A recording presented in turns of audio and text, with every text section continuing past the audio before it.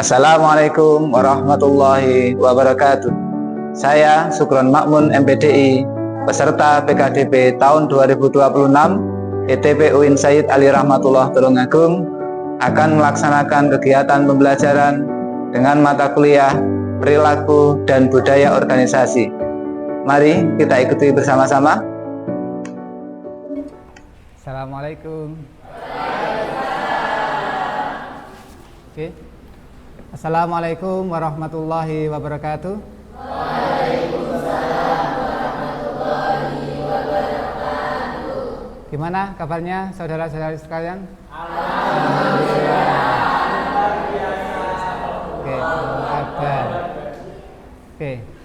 Untuk mengawali perkuliahan kita hari ini, marilah kita mulai dengan doa terlebih dahulu ya. Semoga perkuliahan kita berjalan dengan baik, berjalan dengan lancar. Oke, doa akan dipimpin oleh Mas Reza. Silahkan. Sebelum mengawali pembelajaran, berdoa mulai. Bismillahirrahmanirrahim. Raditu billahi rabban wa bil islami dinan wa bi Muhammadin nabiyyan wa rasulah. Rabbi zidna ilma warzuqna fahma waj'alna min ibadikas sholihin. Oke, sebelum kita mulai, saya cek kehadiran atau presensi saudara terlebih dahulu ya. Nanti yang saya panggil angkat tangan ya. Oke. Pertama, Hanum Septian Tanti. Oke. Siti Umi Nafiah. Oh ya, izin ya hari ini. Oke. Kemudian Zubaidah Febriana. Oke. Yang terakhir Mbak Farah Sinta Kirana. Oke. Berarti yang tidak hadir hari ini satu ya, Mbak Siti Umi Nafiah. Oke. Sebelum kita mulai perkuliahan hari ini dengan tema struktur dan sistem organisasi dalam mata kuliah Perilaku dan Budaya Organisasi, saya ingin mengingatkan kembali. Minggu kemarin kita sudah belajar tentang perilaku kelompok ya. Coba siapa yang masih ingat dengan jenis-jenis perilaku kelompok? Ya, silakan angkat tangan. Ya, silakan Mas Nuha.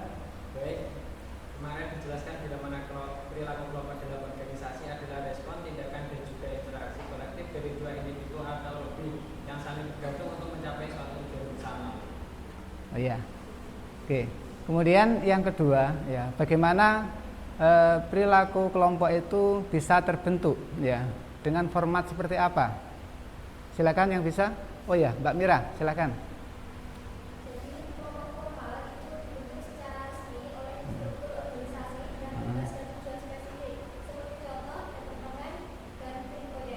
Ya.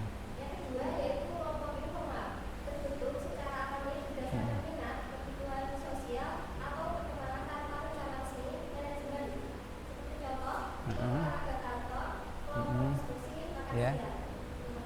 Oke, beri tepuk tangan untuk Mbak Mira dan Mas Tuhan.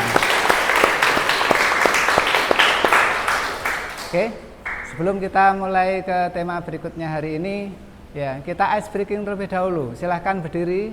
Nah, supaya kita fokus kembali. Ya.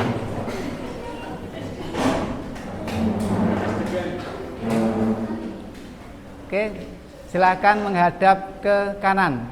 Ya. Nah. Silakan memijat pundak depan temannya masing-masing. Ya. Oke. Oke, sudah berhenti. Oke. Berbalik kanan. Ya. Ya.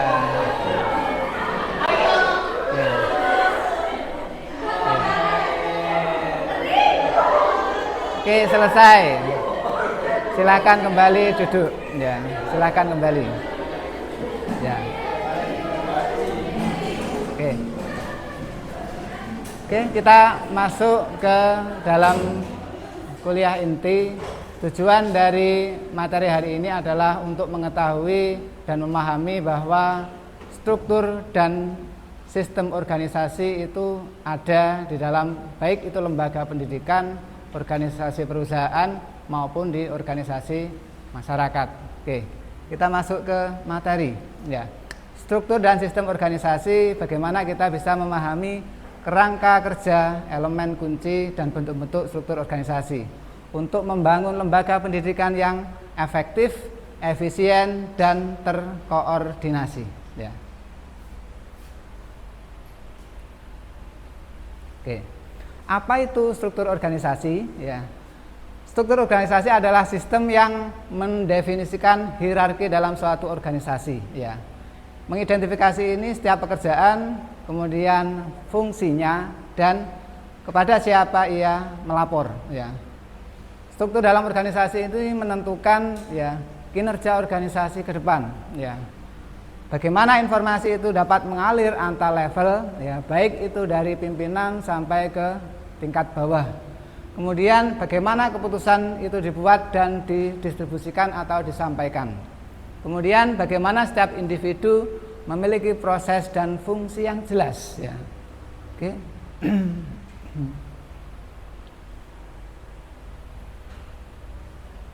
Ya, ada beberapa pengertian organisasi, struktur organisasi sendiri menurut beberapa ahli. Yang pertama ada Robin and Coulter, ya. Kerangka kerja formal yang digunakan untuk membagi, kemudian mengelompokkan dan mengkoordinasikan tugas-tugas pekerjaan dalam organisasi. Yang kedua, menurut Handoko, mekanisme-mekanisme formal, ya, dengan mana organisasi itu dikelola secara keseluruhan ya.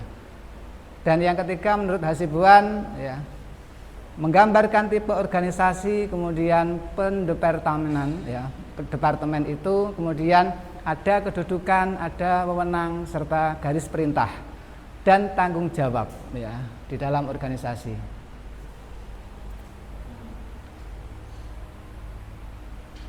Oke. Kemudian ada elemen kunci penting dalam organisasi itu. Yang pertama adalah spesialisasi kerja, yaitu pembagian tugas berdasarkan keahlian individu. Ketua sebagai ketua, anggota divisi sebagai anggota divisi, kemudian masing-masing menjalankan tugas dan fungsinya. Kemudian ada rantai komando, garis wewenang dari puncak ke tingkat terbawah ya. Kemudian yang ketiga ada sentralisasi, tingkat konsentrasi pengambilan keputusan, dan yang keempat departementalisasi ya, pengelompokan berdasarkan fungsi, produk atau geografi. Kemudian yang kelima ada rentang kendali, jumlah bawahan yang dapat diarahkan secara efektif ya, karena dalam setiap organisasi itu bagaimana berjalan dengan baik dan efektif itu tergantung bagaimana pimpinan, ketua itu bisa mengendalikan keseluruhan. Dan yang keenam adalah formalisasi sebagai tingkat pembakuan pekerjaan dalam organisasi ya. Oke.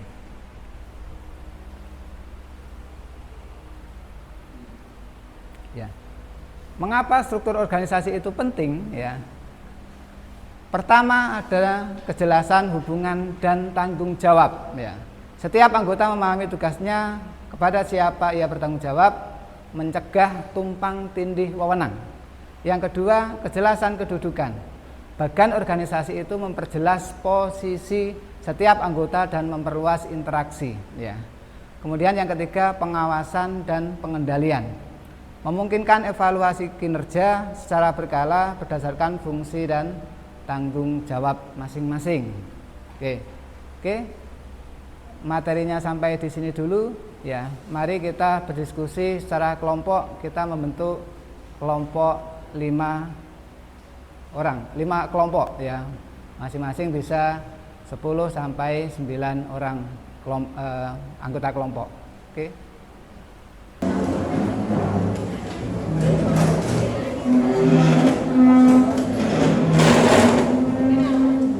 Oke, masing-masing kelompok silahkan untuk mendiskusikan sebagaimana tema yang kita bahas hari ini ya.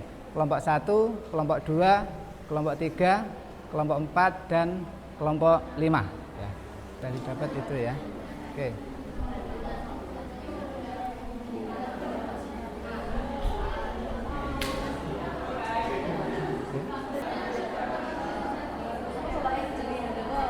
Gimana? Kelompok 1 sudah siap ya? Sudah Pak. Oke, sudah. Oke. Oke, diskusinya kelompok sudah selesai. Saya akan memberikan pertanyaan dari masing-masing hasil diskusi. Oke, kelompok 1 silahkan. Tadi hasilnya bagaimana? Dari diskusi kelompok 1 tadi terkait bentuk sistem organisasi, Pak. Jadi yang pertama itu ada organisasi fungsional. Itu bentuk sistem organisasi ini diciptakan oleh Tyler. Struktur organisasi fungsional merupakan jenis struktur organisasi yang paling umum digunakan oleh sebuah organisasi atau perusahaan. Karena struktur fungsional ini membuat departemen organisasi itu berdasarkan fungsi pekerjaan umum. Nah, yang kedua itu juga ada organisasi divisional.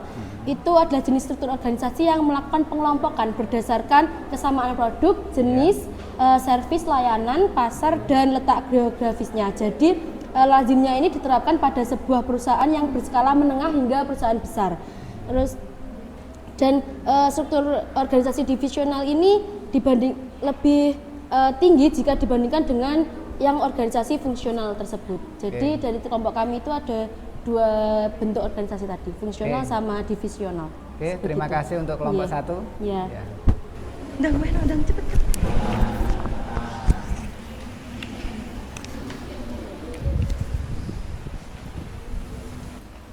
Oke, selanjutnya kelompok 3, bentuk-bentuk organisasi yang telah didiskusikan tadi apa? Jadi dari hasil diskusi kelompok 3 bentuknya tadi organisasi matriks. Struktur organisasi matriks adalah sebuah struktur organisasi yang merupakan penggabungan antara struktur organisasi fungsional dengan struktur organisasi divisional dengan tujuan untuk saling melengkapi dan menutupi kekurangan-kekurangan yang terdapat pada kedua struktur organisasi tersebut. Struktur organisasi jenis ini sering juga dikenal dengan nama struktur organisasi proyek, karena setiap karyawan pada unit kerja struktur organisasi fungsional harus mengerjakan proyek-proyek organisasi yang dibebankan kepadanya. Oke, terima kasih untuk kelompok 3. Selanjutnya yang terakhir adalah bentuk sistem organisasi di kelompok 5 ya. Apa yang ditemukan oleh kelompok 5? Silakan. Baik, terima kasih Pak. Tadi kami hasil diskusi dari kelompok 5 tadi bahwasanya bentuk-bentuk organisasi itu ada 2, yaitu organisasi jaringan dengan organisasi flat atau datar. Yang pertama itu organisasi jaringan. Itu struktur organisasi jaringan itu seringkali dibuat ketika satu perusahaan bekerja dengan perusahaan lain untuk berbagai sumber daya atau jika perusahaan memiliki banyak lokasi dengan fungsi dan kepemimpinan yang berbeda. Nah, berarti cabang ya? Ya. Terus yang kedua yaitu organisasi flat atau datar. Di sini struktur yang lebih tradisional. Jadi mungkin keterlibatan lebih seperti piramida dengan beberapa tingkatan supervisor, manajer dan direktur antara staf dan kepemimpinan. Struktur datar ini membatasi tingkat manajemen sehingga semua staf itu hanya berjarak beberapa langkah dari kepemimpinan tersebut. Seperti itu, Pak. Oke. Kalau flat itu kita dipisahkan dengan tempat ya. Selain itu juga posisi dari pimpinan, kemudian staf dan karyawan ini memiliki posisi yang strategis dalam sebuah organisasi di perusahaan. Oke, terima kasih untuk kelompok 5. Oke, beri aplaus untuk kita semuanya.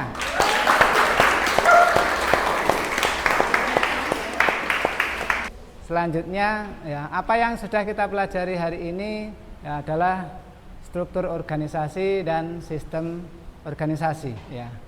Dalam organisasi yang dijalankan, maka di sana ada tugas dan fungsi yang disampaikan kepada masing-masing, ya, mulai dari pimpinan, kemudian staf, kemudian karyawan, ya, yang kemudian untuk mencapai tujuan bersama untuk mensukseskan organisasi.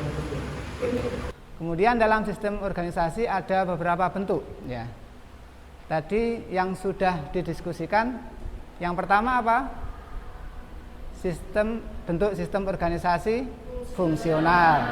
Yang kedua ya, divisional. Kemudian yang ketiga matriks. Kemudian yang keempat adalah ya, jaringan, dan yang terakhir adalah flat. Oke.